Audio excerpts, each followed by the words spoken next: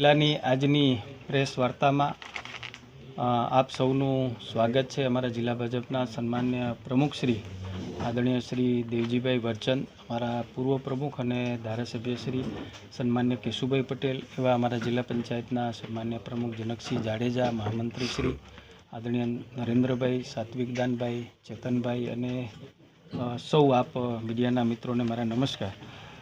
વિકસિત ભારત રોજગાર અને આજીવિકા મિશન ગ્રામીણ વીબીજી રામજી અધિનિયમ 2025 અંતર્ગત આજે જે પ્રેસ વાર્તાનું આપણે આયોજન કર્યું છે અને એમાં વિશેષ રૂપે આપણે સૌ જાણી રહ્યા છીએ કે આ જે યોજના છે એ 2047માં આ દેશ વિકસિત બને અને જેનો સંકલ્પ આજે ગ્રામ્ય જીવન અને ગ્રામ્ય જીવનને સ્વરોજગારીના સંકલ્પ સાથે આ દેશના વડાપ્રધાન શ્રી નરેન્દ્ર મોદી સાહેબે એમના નેતૃત્વમાં આ યોજનાનો પ્રારંભ થયો છે અને લોકો સુધી આ વિષય પહોંચે સ્વાભાવિક છે, પણ આ યોજનાની જે ગેરંટી છે એની અંદર ઘણા બધા સુધારા થયા છે। જેમ કે પહેલાં મનરેગામાં 100 દિવસની રોજગારીની વાત હતી, અહીંયા 125 દિવસ લોકોને રોજગારી મળશે। પહેલાં 15 દિવસે પેમેન્ટ હતું, અઠવાડિયે પેમેન્ટ મળશે। ગ્રામ્ય જીવનને ગામની અંદર આંગણવાડી હોય, શાળા હોય, હોસ્પિટલ હોય, ડેમ હોય, ચાલતા હોય, ખેડૂતોલક્ષી યોજનાઓ હોય, આ બધી જ યોજનાઓનો ખૂબ મોટા પ્રમાણમાં સમાવેશ કરવામાં આવ્યો છે અને 50% સ્વતંત્રતા જે છે એ ગ્રામ પંચાયતને આપવામાં આવી છે, જેથી કરીને પોતે જ યોજનાઓ બનાવી શકે, યોજનાઓનો અમલ થઈ શકે અને ગ્રામ્ય જીવનને સાચા અર્થમાં જીવંત રાખવું, મજબૂત રાખવું, એના ઢાંચાને મજબૂત કરવો, જે આ યોજનાની અંદર ખૂબ જ મહત્ત્વના મુદ્દાઓ આપણને જોવા મળ્યા છે। અને આ દેશના વડાપ્રધાન શ્રી મોદી સાહેબની જે કલ્પના છે, એમનો સંકલ્પ છે વિકસિત ભારત 2047માં 100 વર્ષની ઉજવણી કરીએ ત્યારે બને અને આ જે યોજના જે છે વીબીજી રામજી અધિનિયમ 2025ના માધ્યમથી મને લાગે છે કે ખૂબ મોટો ફાયદો આવનાર સમયની અંદર ગ્રામ્ય જીવનને અને ભારતને અને લોકોને આવનાર સમયની અંદર થવાનો છે।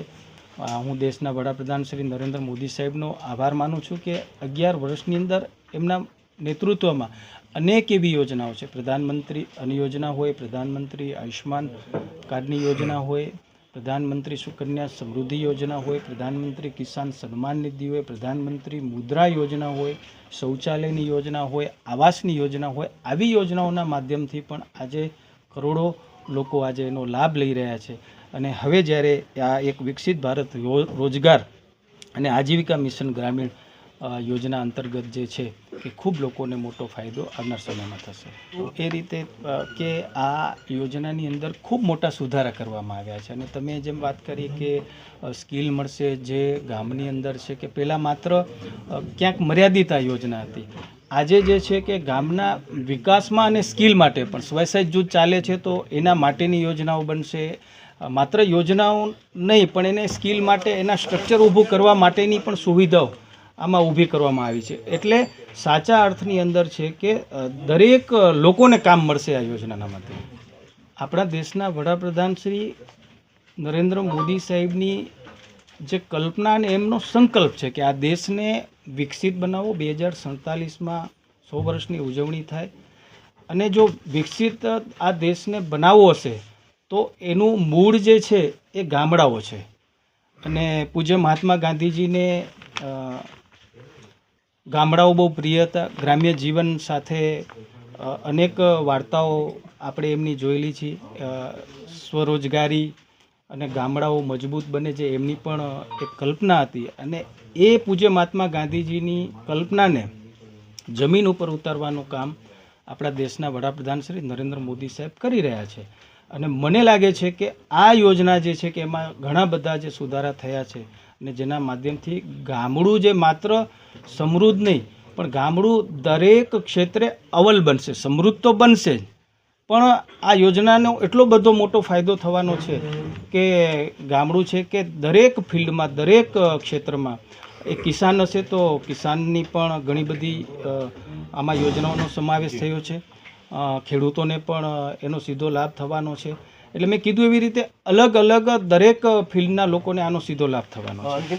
મનરેગાના અનેક પાપો ભૂતકાળમાં આપણે જોયા છે. આ યોજના એટલી બધી પારદર્શિકતા બનાવી છે કે એનું ઓડિટ છે, એ ગ્રામ પંચાયતની અંદર પારદર્શક વહીવટ થશે, દરેક લોકો જોઈ શકશે. જેટલા કામો થશે એ કામોનું ઓડિટ અને એની કામની આખી પ્રક્રિયા છે ગામનો દરેક લોકો જોઈ શકશે, એવી પણ જોગવાઈ આ યોજનામાં કરવામાં આવી છે. તાજેતરમાં જ કેન્દ્રની ભારતીય જનતા પાર્ટીની સરકારે આદરણીય શ્રી નરેન્દ્રભાઈના નેતૃત્વમાં જે વિકસિત ભારત રોજગાર આજીવિકા મિશન ગ્રામીણ જી રામજી જે આખી યોજના રજૂ કરી છે. મિત્રો, એ યોજના આપણે બધા જાણીએ છીએ કે ભાઈ ભારતનો આત્મા છે એ ગામડામાં વસેલો છે. આજે પણ 60% ઉપરની રોજગારી એ ગ્રામીણ ક્ષેત્રમાંથી થાય છે. એટલે જે નરેન્દ્રભાઈના નેતૃત્વમાં 2047માં ભારતને વિકસિત ભારતની વાત છે, તો સરકાર સુપેરે જાણે છે કે ભાઈ જે ગામડાઓનો વિકાસ છે, ગામડાઓમાં રોજગારી છે, એ બરાબર લોકોને મળે અને સારી રીતે એ ગામડાઓનો વિકાસ થાય એટલા માટેની યોજનાઓ હોય છે.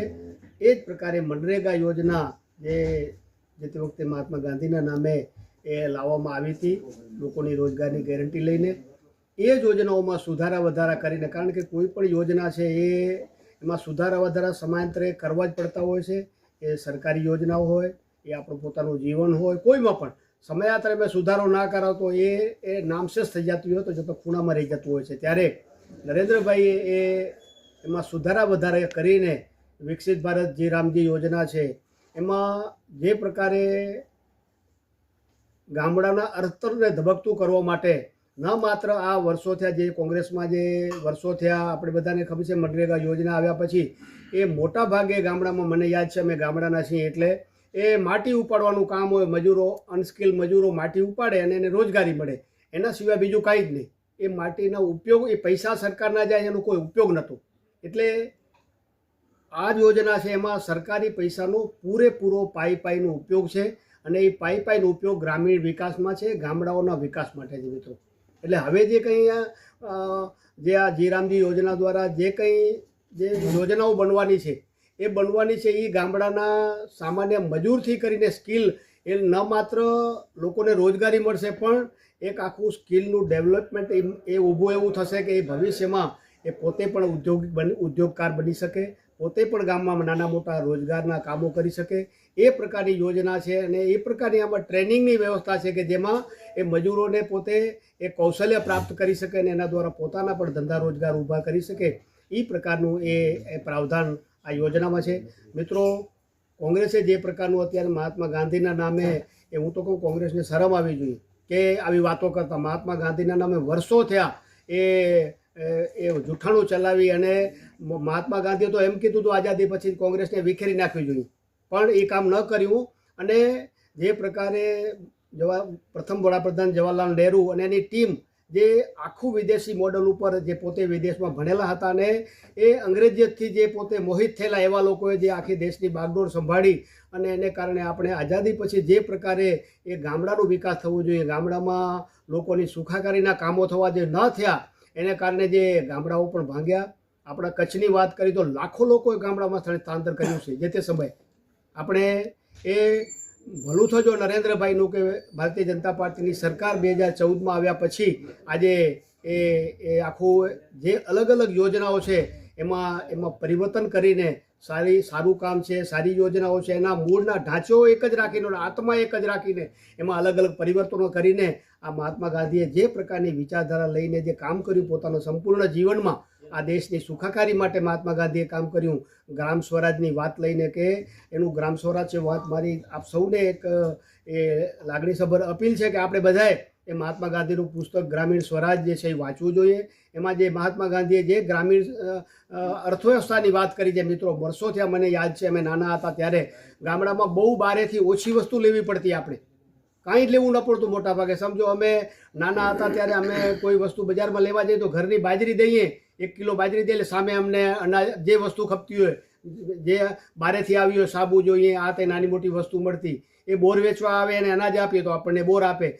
ગામમાં સુતાર, ગામમાં લુહાર, ગામમાં કડીઓ, ગામમાં કારીગર, એ 12 મહિનાનું આપણું કામ કરે, સામે 12 મહિનાનું અનાજ આપણે આપીએ. એટલે આખી ગ્રામીણ વ્યવસ્થાજી, એમાં બહારની કોઈ વ્યવસ્થાની જરૂર નથી. ગામ જ પોતે સ્વતંત્ર એક દેશનું એકમ હતું. આવી સરસ મજાની એ એમ કહેવાય કે આત્મનિર્ભર આખી વ્યવસ્થા એ આ કોંગ્રેસના શાસનને કારણે તૂટી, અને એને કારણે આ બધી પ્રકારની સમસ્યાઓના મૂળમાં આ કોંગ્રેસ અને એનું એ શાસન રહ્યું. અને એના પછી આ 2014માં નરેન્દ્રભાઈ આવ્યા પછી જે નરેન્દ્રભાઈએ વિકસિત ભારતની વાત કરીને આ જીરામજી યોજના લાવ્યા છે, એમાં ખૂબ એ ગ્રામીણ વિકાસની શક્યતાઓ છે મિત્રો.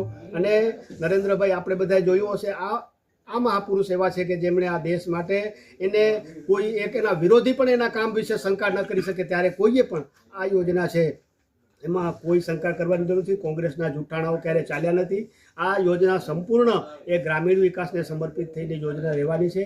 ગામડાઓનો વિકાસ થશે, નાના કારીગરોને એમાં પ્રોત્સાહન મળશે, મહિલાઓ, ખેડૂતો બધાનું આમાં એ ભલું થઈને એ સાચા અર્થમાં એ વિકસિત ભારત બનશે એવી અમને સૌને શ્રદ્ધા છે. અસ્તુ.